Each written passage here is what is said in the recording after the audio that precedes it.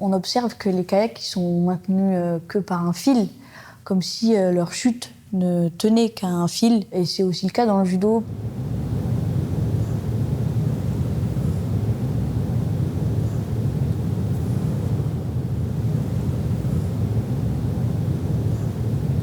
L'œuvre que j'ai choisie, ça s'appelle Installation avec kayak de Roman Signer. En fait, je vois des objets, les kayaks, qui sont des objets de base qui doivent être en mouvement, sont fixes. Et du coup, ça représente un peu pour moi les stops qu'il peut y avoir dans la carrière et les arrêts qu'on ne prévoit pas. Une blessure, un échec, une désillusion. Je pense que ça fait écho en moi, là, maintenant, tout de suite, parce qu'il y a 4 mois, je me suis blessée au genou, et donc j'ai dû être opérée.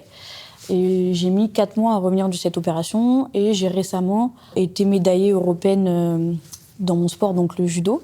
Tout était en mouvement, et il y a eu un stop, comme cette œuvre, et ensuite c'est reparti dans un nouveau mouvement.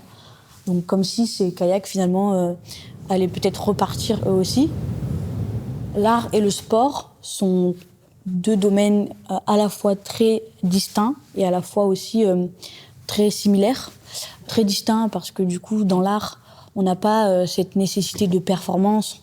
On laisse juste parler notre créativité, notre cœur, nos émotions. Ce qu'on n'a pas dans le sport, puisque le sport nous demande de la recherche de performance. Et à la fois, de l'autre côté, ça se ressemble énormément parce que justement, on cherche à développer sans arrêt notre créativité, à se renouveler, à aussi sortir ce qui se passe à l'intérieur de nous. Donc les deux sont un moyen d'expression. C'est vrai que moi, quand j'ai commencé la pratique de l'art, j'ai trouvé une sorte d'apaisement, un exutoire qui m'a permis de me vider par rapport à ce qui pouvait se passer dans mon sport. Donc quelque part, c'est une balance qui me permet aujourd'hui d'être performante dans mon sport et à la fois de pouvoir m'exprimer artistiquement dans ce domaine-là.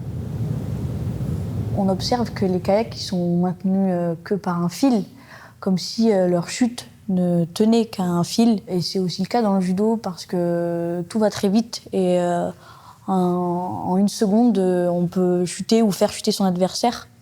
Et du coup, c'est assez intense comme endroit et comme moment à la fois dans un combat de judo. Tout ne tient qu'à un fil, on peut basculer dans un surentraînement, dans une blessure très rapidement. On est toujours à la limite du trop, en fait. Ça illustre bien ce qui peut se passer dans une carrière de haut niveau.